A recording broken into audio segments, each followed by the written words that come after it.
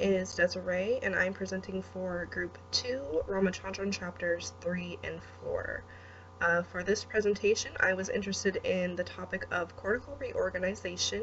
In Phantoms in the Brain, Ramachandran discusses a patient named Tom who would feel sensation in his phantom hand when his face was touched. Ramachandran discusses what he calls brain map alterations as being a possible cause for the existence of a phantom limb. I wanted to find out what current research existed on cortical reorganization.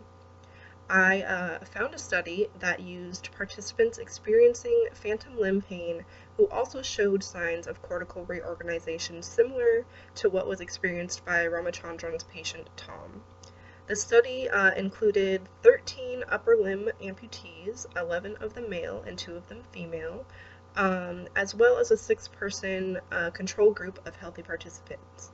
So the 13 participants were each given 6 weeks of training in what is called mental imagery. Before the training, brain images were taken using fMRI to determine cortical reorganization. Participants were asked to do a lip purse action, which activated not only face areas of the brain, but hand areas as well.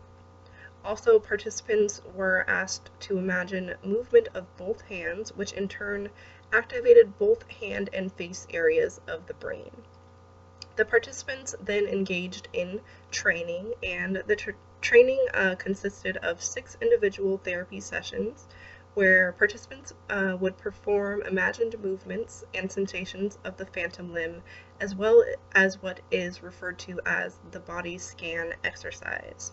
So for the body scan exercise, participants would focus on sensations from each area of the body, and the goal was to reach a state of relaxation.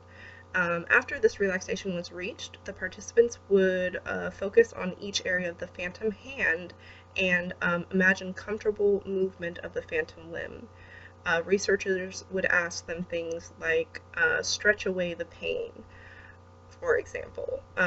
They were encouraged to do this every day in addition to 6 therapy sessions. The results were pretty interesting. 9 out of 13 participants experienced more than 50% in pain reduction, and 6 of the participants were free of the various pain attacks that they would experience throughout the day. Post-training, participants engaged in the lip purse activity again, and activation in hand areas of the brain no longer occurred. In accordance with that, imagined movement of the phantom hand no longer activated facial areas of the brain. So, in conclusion, this article marks 10 years after Ramachandran's publishing of Phantoms of the Brain, and it provides a possible evidence for his theory about cortical reorganization. The study also reveals a possible and very simple treatment for phantom limb pain.